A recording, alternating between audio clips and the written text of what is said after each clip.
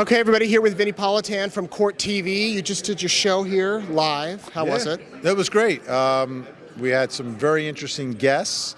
We were on a verdict watch live at CrimeCon. Like, when does that happen? Never. In a big case, right? So we're keeping an eye on the courtroom. We had our live report from there, but then we were working a little bit of an audience over here. And if this audience was on the jury, they wouldn't be sleeping in a hotel tonight. They would have reached their verdict? He'd be on death row right now. Death row, wow. We're talking about Daybell, of course. 5 hours, almost 6 hours tonight, and then they'll be back in the morning. Are you surprised that it's taking this long? It's a tough decision. Think, you know, a verdict is a tough decision for a jury, but this is next level stuff. So I'm not shocked by it. I think it's a decision that weighs heavily on everyone, because everyone looks at it a little differently, from the juror's perspective. The defense always wants to make them feel like you've got someone's life in your hands. I'm a former prosecutor. I try to look like, well, no, it's the law is the law, right? And if you feel that it's appropriate, it's not you taking their life. It's because of the decision that the defendant made and what they did. But I think different jurors approach it differently. So it's tough. And they want to get it right. They want to get verdicts right, but this they really want to get right. Are you surprised that he didn't speak at all? Absolutely.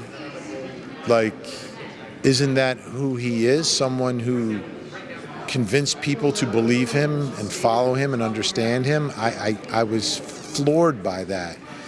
And I don't know what's going on, because they really fought the guilt part of it, right? This is a real fight.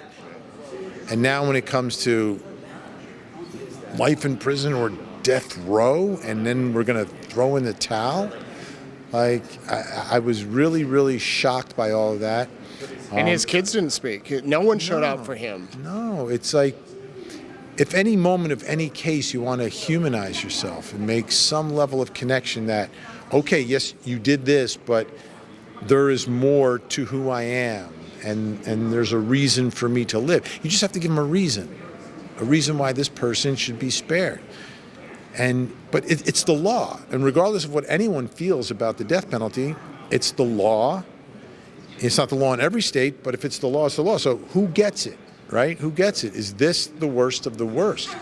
And clearly, based upon what happened to those children, what happened to his wife of 28 years, there was an opportunity there to explain why this life should be spared. So I was surprised, but I have seen it before. You have? Yeah, I've seen cases where they're like, well, just send me to death row. Like, they've literally said that, and the jury didn't send him to death row. Wow. So there's a psychology to it. Sometimes, like, if someone asks for something, they're not going to give it to him, no matter what it is. But here is kind of in between, right? He doesn't speak up for himself, but they're not really saying, send me to death row. Right. So, I just think it's a tough decision.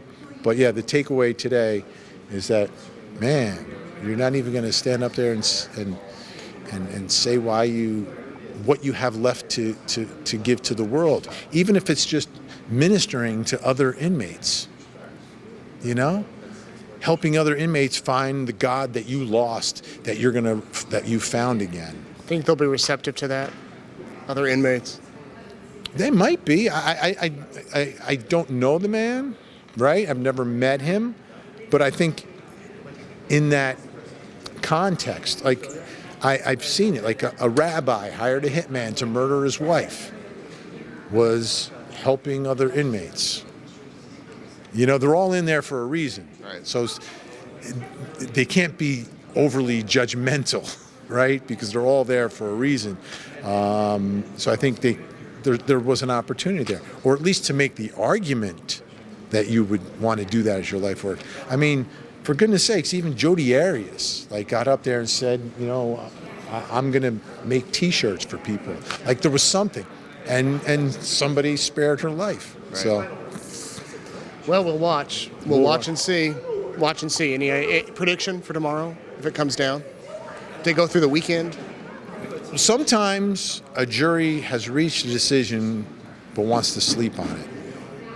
The Scott Peterson case, they reached the decision, but they wanted to sleep on it, and then the verdict came in the morning. So everyone needs to wake up tomorrow morning to see if it happens. Let's wake up. All right, well, got to go to bed first. Great to see you. You too. Thank you, Vinny. Thank you for watching.